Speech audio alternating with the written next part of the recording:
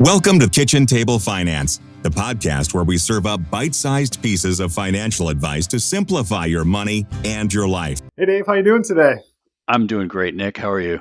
I am doing well. Got a little sunshine here in Michigan before the next storm comes rolling in, so we're embracing the sun for a couple of minutes. Yes, sir. You may not see it again till April, so get your vitamin D and go for it. You know, that's the one thing I always tell people about Michigan weather is we embrace the sunshine because it's here today, gone tomorrow. So you learn to appreciate it. We appreciate it whenever it's here.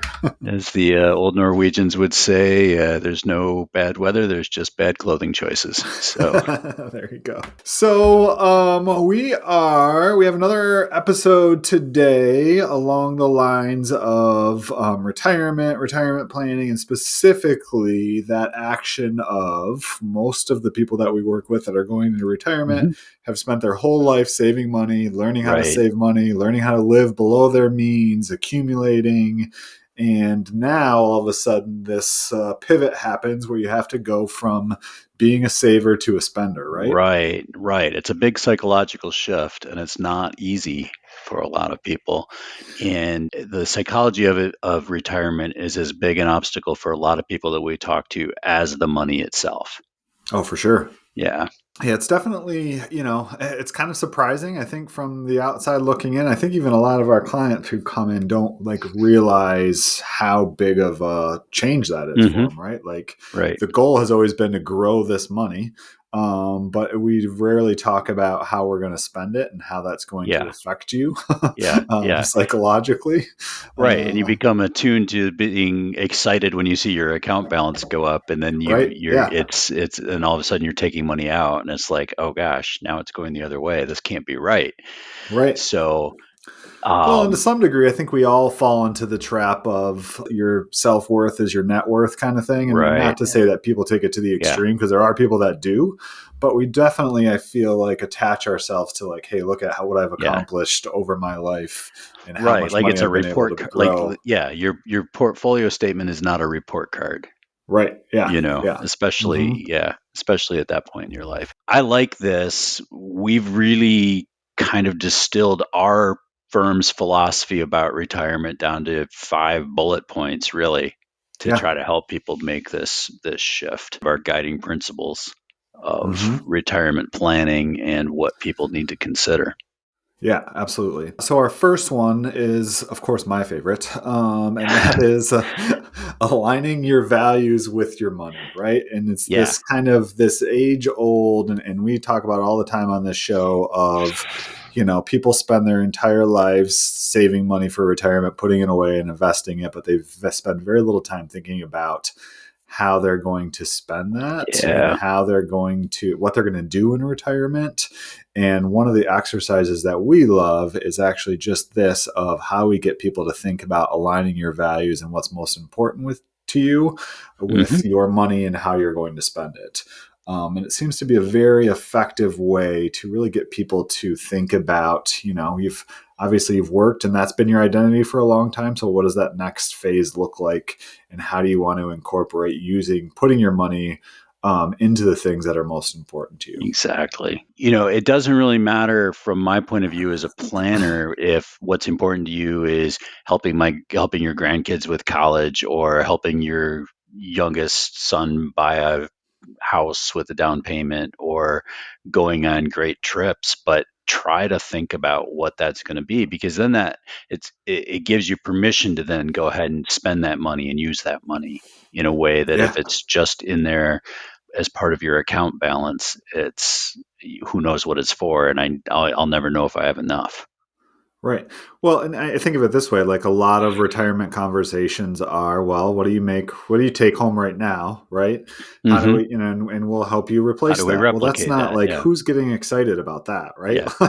That's just a starting point. Yeah, exactly. If you're doing this, like when we do this, you're trained in what we call the Kinder process for George Kinder, but basically life planning and taking clients through a process of discovery, really, of how to connect their portfolio with their values.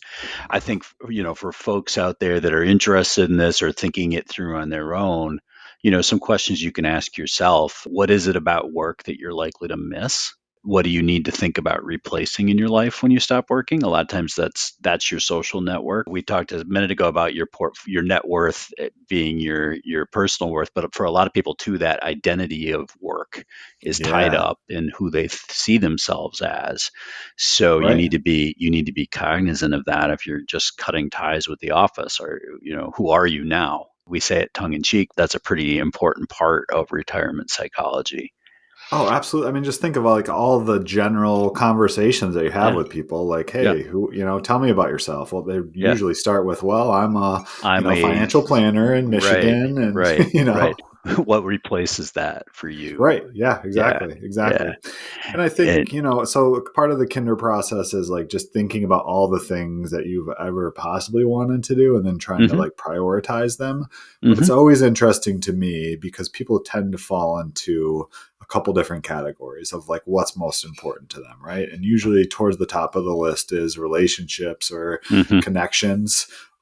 Family is kind of gathered in there. There's also, place where you are. There's creativity, but most of these things don't actually cost money. right. Oddly enough, like there's Yeah, always money yeah, ramifications around some of the yeah, logistics of that and things.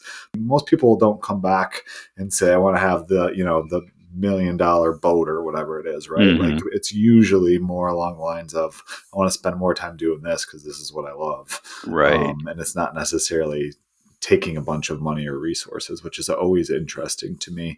Yeah, And on your point of like the questions to ask or things to look at, George Kinder actually has a client facing book that you can mhm, read and go through the process yourself. It kind of walks you like step by step through that process, that I think is a great place to start. But I will tell you from experience, I know that I tried to do it on my own for a while, and actually mhm. going through and having somebody guide me through that process made a Yeah. humongous difference. Definitely better with an objective outside observer. It's Yeah. kind of like trying to do like therapy on yourself, or Right. any of those Yeah. other things. Sometimes you're only going to get so far on your own when you try to take a deep dive. I know George Kinder's the author. I forget the title of the client facing I think book, it's but we like can. life planning for you, but we'll definitely throw it in the Okay, show yeah, we'll notes. we'll put that in the show notes with the link. Even if you decide not to do the process on your own, it's a good way to like start framing up how Oh, you're for going to think sure. about retirement anyway. But start thinking about what you're going to look forward to during retirement, what you want to do, what your ideal day and week and month look like when you're retired. Mm-hmm. If it's all Yeah. golf, you're probably going to get bored.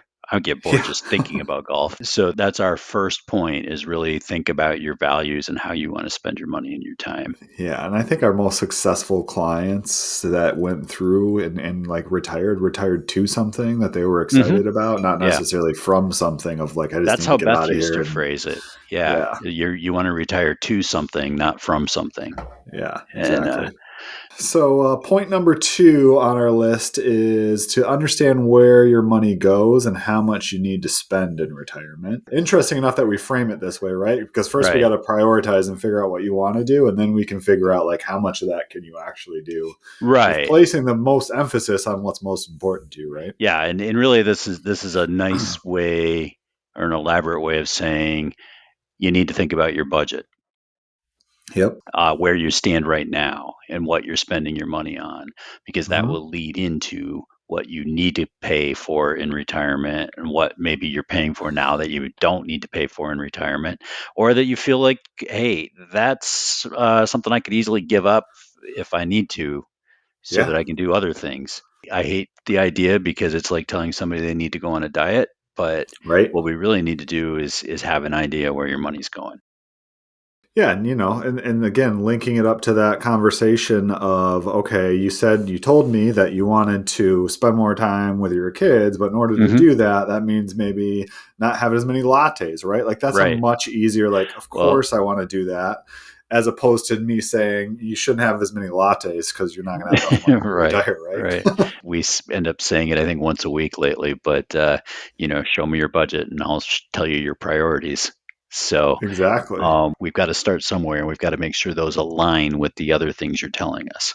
Our next kind of principle here is know your retirement resources.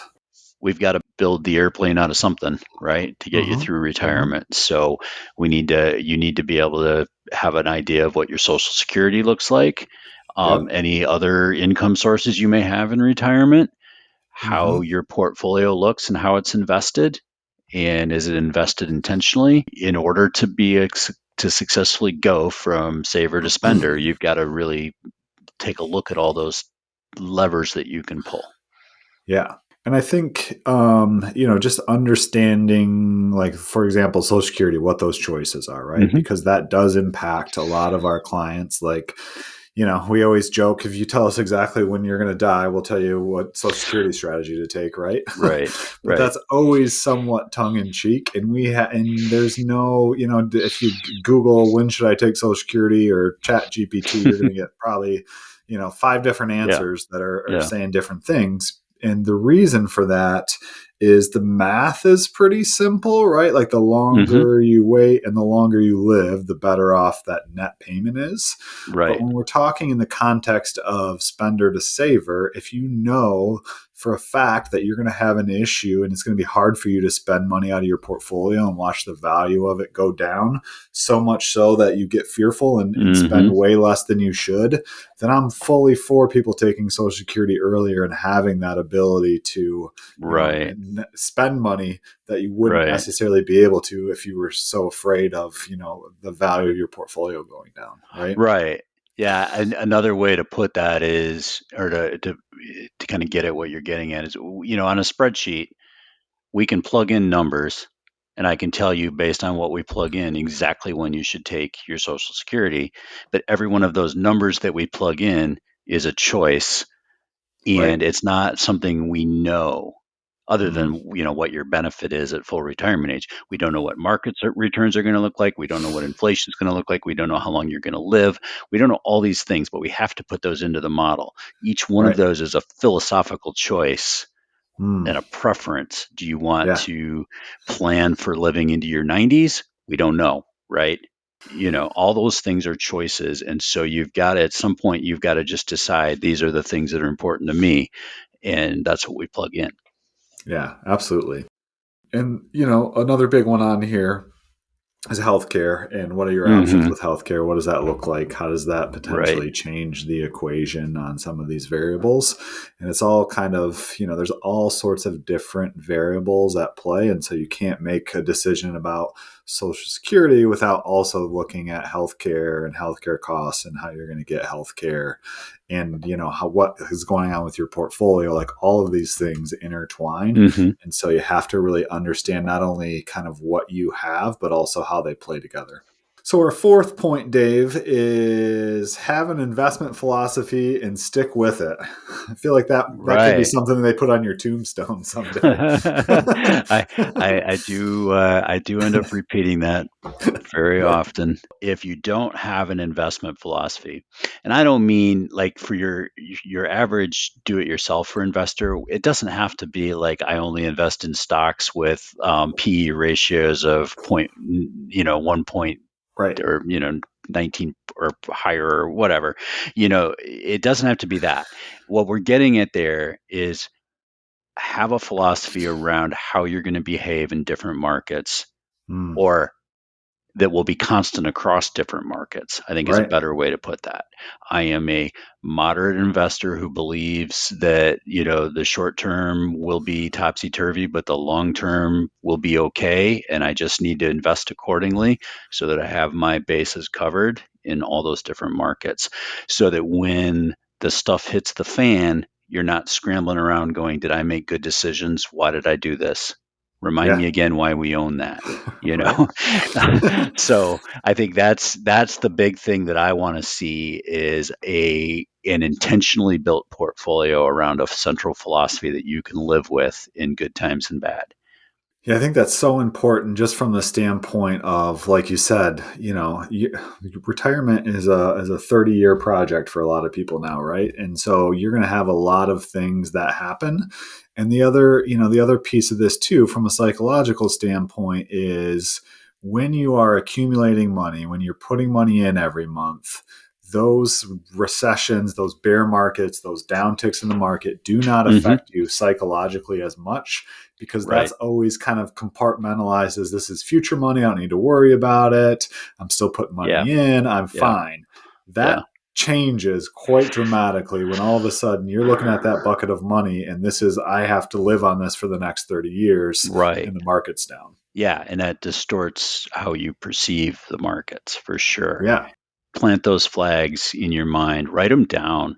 For our clients, we have a written investment philosophy that we can pull out anytime there's a question. The world is not good at this. And all you have to do is look at our media requests any day the market drops by more than 1%. Yeah, What are you telling clients to do now? Well, the same thing we did yesterday. It hasn't changed because we've built our portfolios around an investment philosophy that's designed not to care what happens today, tomorrow, or next month. So, yeah. It's, we've been having our client reviews, and one of the things that I know both you and I are talking about is and we did an episode on already, but our lifeboat drills of like, here's what to expect. Yeah. And when the market goes down, here's what you Yeah. can expect from us. Right. And I think if you're doing it yourself, you should have those same expectations of, if the market goes down, here's what my response will be. Here's what I will do differently. Yes. Hopefully the answer to that is nothing, right? Because you got your investment philosophy set up correctly.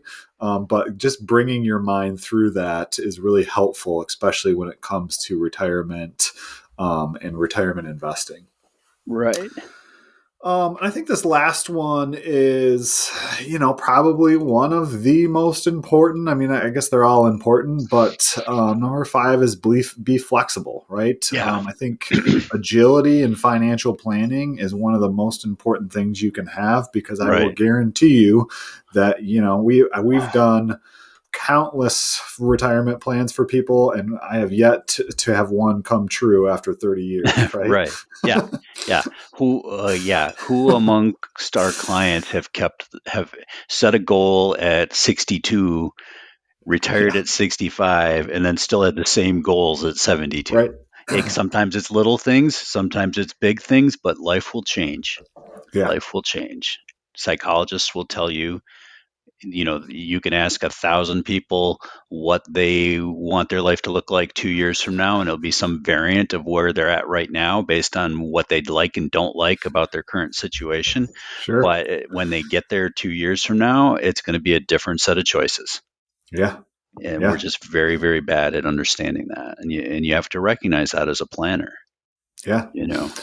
I think that's why it's so important to, every year we rerun plans, and every year we look at all these things and adjust them, because the sooner you can make those adjustments, the better, right? What you don't want to do is bury your head in the sand and just say, this is going to happen, even though you already start to see the signs of things changing. Right. And I think it's important, back up a half step to number 4, our investment philosophy. We're not saying make a portfolio choice at 65 that you can live with for the next 30 years. What we're saying is build a portfolio that's intentional based on what you know about how you want your future to look. Part of that is being ready to adapt.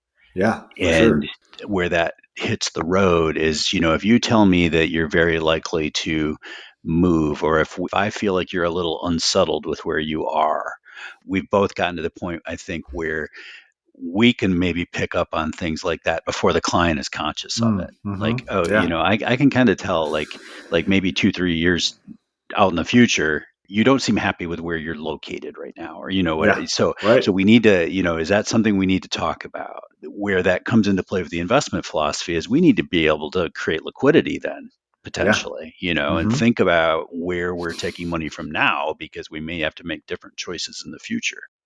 Just be flexible and be ready for those changes. Seems like we've had a lot of those lately, where it's like, I don't love where I live. Maybe I want to buy a house. Maybe I want to move. And, if we don't have those conversations, we're investing the portfolio and ignoring that. And then, Murphy's Law, what can go wrong will go wrong. The minute you want to buy a house is the minute the market's down 20% and we're selling stuff we didn't want to. Where if we had those conversations before, we set aside cash and we're prepared for it. And worst/best case scenario is you decide you love it's where you want to stay where you're at, and we just put it in. Right. Maybe miss out on some growth cost by being a little more conservative that way, but it's worth it. It's worth it for the flexibility. For sure. So those are our 5 kind of points of how to go from being a saver to a spender. And, hopefully you can take some of those and do some of your own planning out there and think through some of those. But if you'd like help with that or have questions on any of those specific ones, feel free to shoot us an email at info@srbadvisors.com. You and I do this pretty much every day, so we love answering those questions and having those conversations. As always, it has been a pleasure, Mr. Good Shotwell. stuff, Nick. Until next time. Yep. See you soon. Thank you for joining us for another chat about your retirement and finances. Please hit that subscribe button. You can also contact us at srbadvisors.com or email us at info@srbadvisors.com. See you next time on Kitchen Table Finance. This is a Zedia Media production.